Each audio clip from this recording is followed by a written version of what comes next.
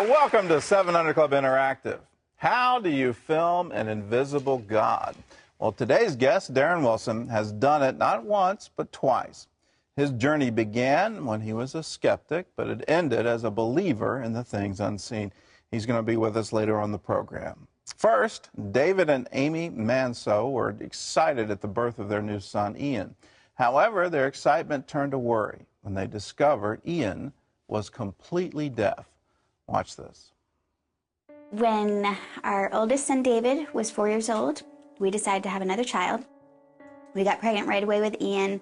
The pregnancy was full of complications. At the end of the pregnancy, we discovered that I had developed HELLP syndrome, which is a disease that's fatal to the mother and the child. The child has to be delivered immediately. I was brought to the hospital, and Ian was born. He was born 4 weeks early. It was hard to believe that he was actually here, and he was so small too. You know, the nurse actually handed me this bundle of clothes. I was kind of wondering why she was doing that until I saw this tiny head in it. He did great in the hospital. We were there for 4 days, and on our way out, when we're being discharged, the nurse came in, you know, with the normal paperwork and said, by the way, he failed his newborn hearing screening. And she said, we actually took 3.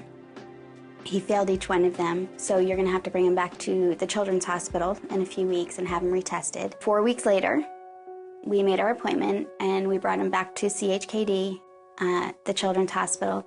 The audiologist started the test, and before the test was finished, he looked over at me and he said, I can already tell you that he's failed. It took my breath away. And I said, can you tell me what am I supposed to do now?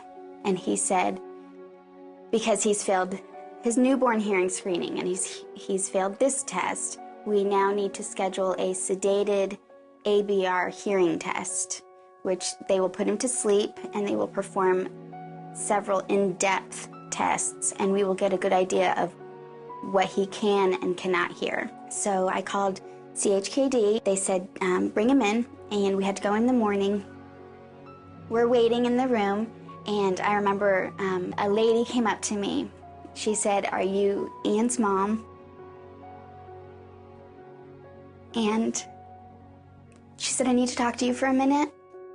And she brought me to another room, and she said, I'm the audiologist that performed the test, and Ian is deaf. It was a big time of testing, my faith and my wife's faith, and then us together, you know, as a husband and wife. And from the very beginning, I've always prayed with my children before they go to bed. Always sing to them. And so now I'm thinking, oh my word, he can't hear me when I comfort him, when he's crying. He can't hear mommy say, it's okay, I'm right here, mommy's right here.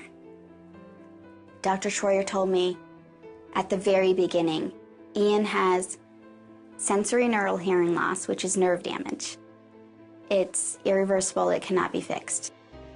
Something in me, I couldn't accept it. I knew that as his parents, we had to do everything humanly possible to give him every aspect of care that he needed to help him develop until he was healed. We spent a lot of time trying to learn sign language and to learn how to have a child with that type of disability. When they first put the hearing aids on Ian, my first immediate thought was, you know, what am I going to do now? haven't ever had to experience anything like that before, and didn't really know if I was equipped to do that. Now, instead of looking at my son and the miracle that he's alive, the first thing that people are going to see, they're going to look right at his ears. They're going to see the hearing aids. They're going to look right at him instead of his eyes. And then they're going to pity him. I had everybody praying. I'm like, okay, Ian's going in for another hearing test. This is it. This is the time we're going to have it. I just know he's hearing differently. So every time we got a negative response, it was like hearing it all over again. They're confirming your son is deaf. So we now get up to his 4-year checkup. And at every checkup, they do a hearing test. The audiologist came out and she kind of looked a little bit confused. And she said, Mrs. Manso, I'm looking at Ian's test results, and from when he was born over the last 4.5 years, and I'm showing that he was severely hearing impaired. And I said, yes. She said, and now he's not. She goes, I know that he has sensory neural hearing loss. I need to go speak with the doctor. And I was like, of course you do. Because she's confused. She doesn't understand. Sensory neural hearing loss is nerve damage. It's irreversible. It cannot be repaired. He got his miracle. God healed him. God took something that was impossible and made it possible. It was a 4.5-year-long journey. It was a progressive miracle. First words I said to Ian after I knew he could actually hear me was that I love you. You know, your daddy loves you. And to actually see him, you know, look up and recognize that, yeah, it meant the world to me. I was born deaf, and then my ears got healed. Can never, ever, ever give up hope. We serve a miracle-working God. He is doing the same miracles today that he was in the Bible. He is healing blind eyes. He is healing deaf ears. He is giving people the gift of speech. We serve that miracle-working God, and it's not because I'm special. It's not because Ian's special. That's not why God healed him. It's because he's in the miracle-working business, and that gift is for everybody, every one of his children. It is for every one of his children. And Jesus talked about it's the children's bread. You know, if you remember the story, here's a Gentile woman coming to him and begging and pleading and saying, I know you can heal my daughter. I know you can do this. And it's interesting how he responds. He just seems to be reluctant. And then he says something that is very curious. It's not fit to give the children's bread to the dogs. And then she comes back with faith, saying, but even the dogs get the crumbs from the table. What about you? Are you willing to pray through for 4.5 years? In every single test, be proclaiming, today's the day. Today's the day. Today's the day where the children's bread, we get the answer that we're looking for. And there's a great mystery to healing. Sometimes healings happen instantaneously, and it just seems to be all so easy. And then other times there just seems to be a struggle of believing through the symptom, where the symptom is screaming, and the symptom wants to tell you, well, God's not interested, or he's not willing, or he's not doing that anymore, the age of miracles is past. All of those things come in, and they try to drown out the miracle power that Jesus so clearly proclaimed. It's a great mystery. And even Jesus talked about it. You can read it in Matthew 13, where he talks about the parable of the sower. The good news comes along and is sown, and then their eyes are dull, their ears are hard of hearing, their hearts are hardened, lest they should turn and I should heal them. Well, don't let your symptoms and don't let your circumstance blind you so that you no longer see, you no longer hear, you no longer understand. But when you keep that fight the good fight, where you keep the faith to persevere through and say, okay, regardless of what the doctors are saying, regardless of the reports, regardless of the symptom, I'm believing. And today is my day of miracle. This test will prove this is the time that what the doctors say is irreversible, God comes in and reverses. Now, if you want prayer for anything, all you have to do is call us. It's our honor to pray for you. 888-777-1999. Bible says when two or more agree touching anything. So we're here for you 7 days a week, 24 hours a day. And so if you need someone to stand with you in prayer, to agree with you in prayer, to agree with you despite what the symptoms are saying, and say, we're going to hold on to God, then call us. It's toll free, and use it. And it's our privilege to pray for you. So that number again, 888-777-1999. You can write it down and just say, I'm gonna call that. I want to have someone agree with me, stand with me in prayer. And then later in the program, we're going to be praying for needs. So stay tuned for that. When we come back right away, filmmaker Darren Wilson, he goes from being a skeptic to being a believer, and he's here to tell us why. That's up next.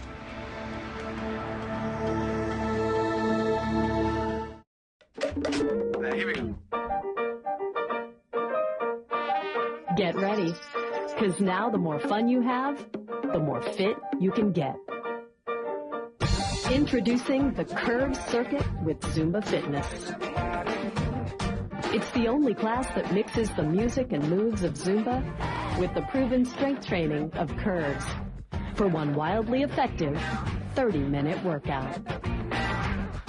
Dance on in for a free week. Burn up to 500 calories in 30 minutes and shimmy as you sculpt. Call now to reserve your place in a class that'll fill up fast. The Curves Circuit with Zumba Fitness. It's the wildly effective workout that's only at Curves. Well, please welcome to 700 Club Interactive, documentary filmmaker and author of Filming God, Darren Wilson. Darren, you've gone on quite a journey. Yeah, I would say that. You started out, you said, I want to film, and as I understand it, your premise was, I want to prove that all of this is a bunch of hooey. Well, yeah, sort of. I mean, that's kind of how it wasn't to prove that it was wrong. It was more to, like, see, is it actually real? Mm-hmm. And I kind of went into it thinking that probably most of it isn't. Because I was hearing, I mean, wild claims. And I certainly was skeptical about what I was hearing, but I didn't want to, like, go in as a true skeptic, which is I'm going to do disprove everything. But I kind of wanted to suspend my disbelief just to find out the truth. All right. What were the wild stories you were hearing? People being raised from the dead. You know, people getting gold teeth, like my aunt and uncle. You know, limbs growing out. Your aunt and uncle got gold teeth? Aunt and uncle, Aunt Patsy and Uncle Bob got gold teeth. There they are right there. Went to a church service and walked out with gold teeth. Didn't quite know what to do with that. I don't know what to do with that. Why can't I have regular enamel teeth? I guess the gold proves that it's there. All right, so in this process, you're trying to film it, which is difficult. Yeah. I know whenever you're in a live meeting, trying to sort of walk along a miracle.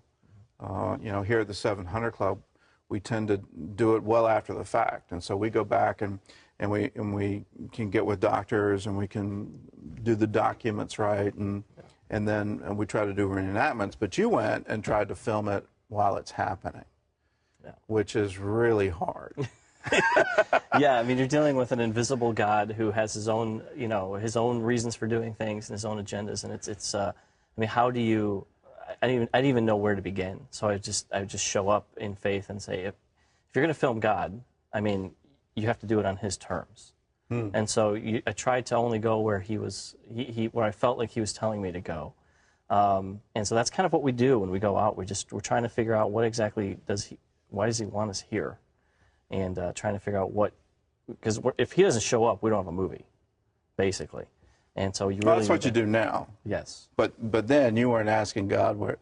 No, back then it was show up. I heard that He's doing something, and so I would go there and just, am I going to capture anything? And it was just kind of, well, let's see if it works.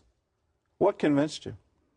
There wasn't one moment. It was 2 years of seeing things and hearing stories and talking to people. You know, it's one thing, you know, when you hear something on a stage or you hear something on a TV show, it's really easy to disprove it, right? It's really easy to just kind of say, well, they're lying, they're trying to make money or whatever.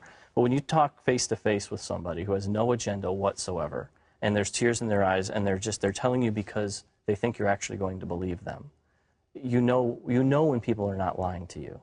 And you hear that enough, and it starts to change your theology, quite frankly. And that's what happened to me. That's what happened with the Roman Empire. Yeah. You know, it was the witness of what Jesus was still doing that caused people to go, wait a minute, my old belief patterns are wrong. Why do we find it so easy? And I think I'm just talking about broader modern culture. And why is it so easy for us to say, this is just not scientific, and these people are kind of crazy, and they're just making this up?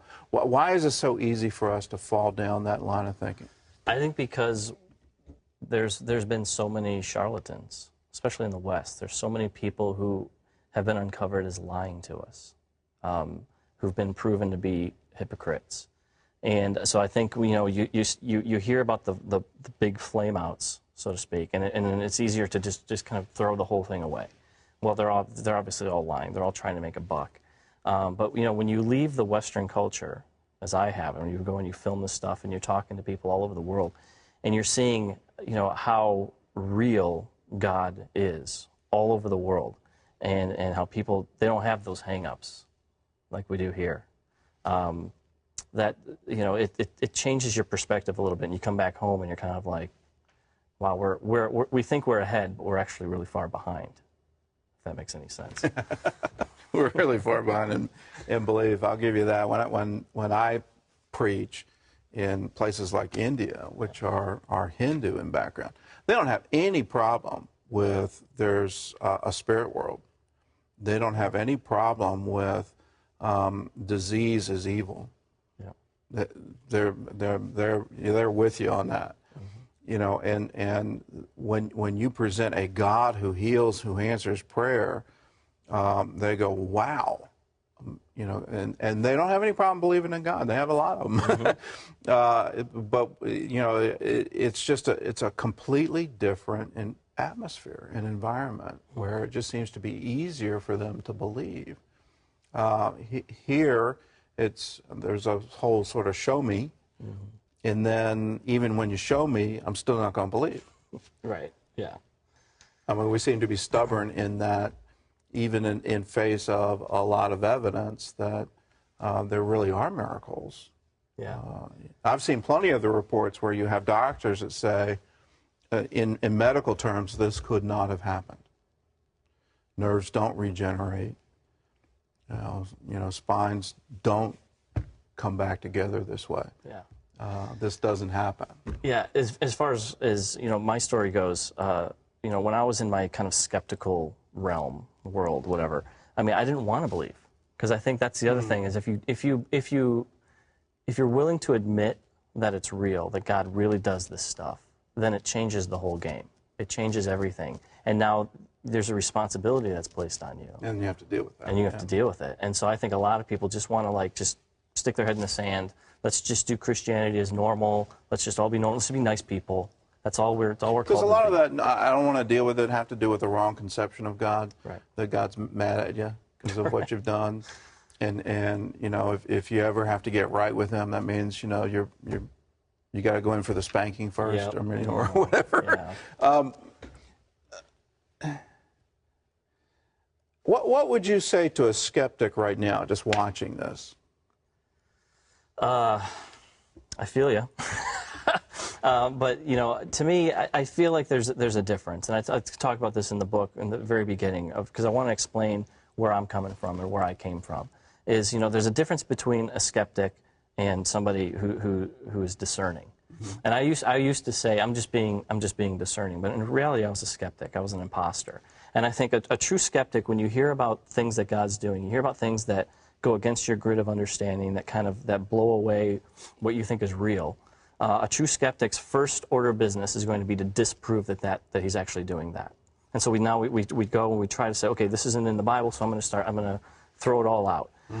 Somebody who is discerning, I think you have to approach these things, these claims of what God is doing around the world in a way where you suspend your disbelief long enough to actually look into it and say, if this is true, then I will believe it.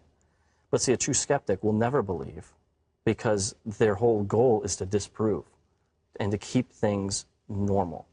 And so I guess to me that would be the thing that I want to tell everybody is if you actually want to know the truth, then you need to seek the truth as truth. You can't just disprove and say, like, no, this is who God is. This is the box that he belongs in, and he's safe here.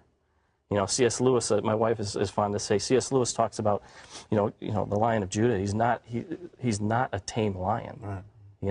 And we've tamed him in the West. We want to keep him kind of just chained up and just do what we want you to do. But when you let him loose, like he's been loose around the world, and we're seeing visions, we're seeing people raised from the dead, we're seeing all kinds of things that are happening. And, it's time to wake up. It's time to find out what the truth is. All right. Filming God, A Journey from Skepticism to Faith. It's available in bookstores nationwide. He's also got 2 movies out. One is called Furious Love. The other one is called Finger of God. And they're really incredible. If you're a skeptic, go look at them and see if you're still a skeptic afterwards. Darren, thanks for being with us. Well, thank you very much. All right. Well, up next, a Muslim man is blind for 12 years, and find out how he got his sight back right after this.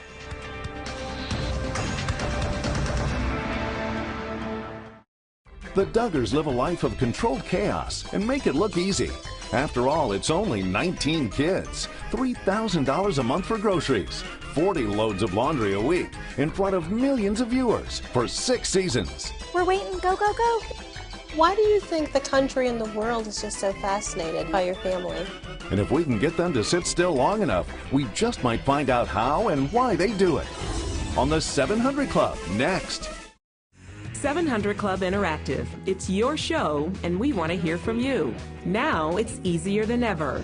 Join the 700 Club Interactive community on Facebook. Share your ideas, send prayer requests, and give us your input, because many of our show ideas come from you. Well, welcome to 700 Club Interactive. Today we're talking about dreams.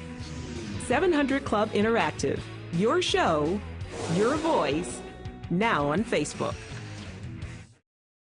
Fatai spent 12 years of his life completely blind.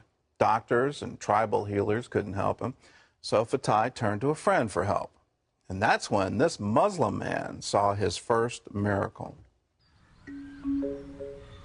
Fatai wakes up happy to see the world around him each day. He takes nothing for granted because for 12 years he lived in darkness. I had a dream in which a large beast was trying to pluck out my eyes. After that, my sight got worse and worse. I used medicine, but nothing worked. One morning, I woke up and I was completely blind. Fatai had earned a living as a truck driver, but without his sight, he lost everything. I sold my truck to pay for medical treatments. When the money ran out, I begged. One time I was crossing the street and a car hit me. People came to my aid and took me home. Soon after that, Fatai's wife and mother both died. He couldn't raise his baby daughter alone, so a relative took her in. One day, a pastor told Fatai about a meeting where CBN programs would be shown. I knew Fatai since he was a child. I know there is nothing God cannot do, so I refused to give up on Fatai. I was a Muslim, but after I lost my sight, I tried everything, even traditional healers. I had lost all hope. But when Pastor Samuel invited me to the crusade, I decided to go. At the meeting, Fatai listened to the 700 Club on a television. During the show, the hosts prayed. I felt something pricking me on the sides. I was afraid and thought I would leave with even more problems than I went in with. Then I felt something like a flash of lightning across my eyes, and bright crystals seemed to shine through. A sticky fluid came out of my eyes, Then suddenly they popped open and I could see. I was shocked and shouted praise to God. That day, I accepted Jesus as my Savior. After regaining his sight, there was only one place Fatai wanted to go. I went to see my daughter, not knowing what to expect. When I set eyes on her, I called out to her and she ran to me. We embraced and rejoiced together. Fatai now helps the CBN team during outreaches and tells everyone he can about his healing. So far, at least 3 people have given their lives to Christ because of his miracle. He's also working and taking care of his daughter. I want 700 Club CBN. God used the 700 Club and CBN for my healing. I am very happy and I have danced and rejoiced many times. Thank you. Once I was blind, but now I see. We want to broadcast the good news that Jesus Christ is the same yesterday, today, and forever. And what he did 2,000 years ago, he's still doing today. So if you want to help us get the good news out around the world, you want to help CBN World Reach preach the gospel around the world in their own language, all you have to do is join the 700 Club. We're a lot more than a TV show. We want to bring God's love to people around the world. If that's you, if you want to help, call us, 888-777-1999. Just say, I want to join the 700 Club. It's only $20 a month, 65 cents a day. Well, it's time to take some ministry calls. Here's Tricia from Georgia. Hi, Tricia. I just want agreement. He's supposed to come over today and listen to what I taped 2 days ago, and I just pray that he will be totally healed in both eyes. And when you said right eye, his right eye is twisted 30 degrees, and he sees vision 30 degrees twisted. Wow. So when you said that, I just received that for him.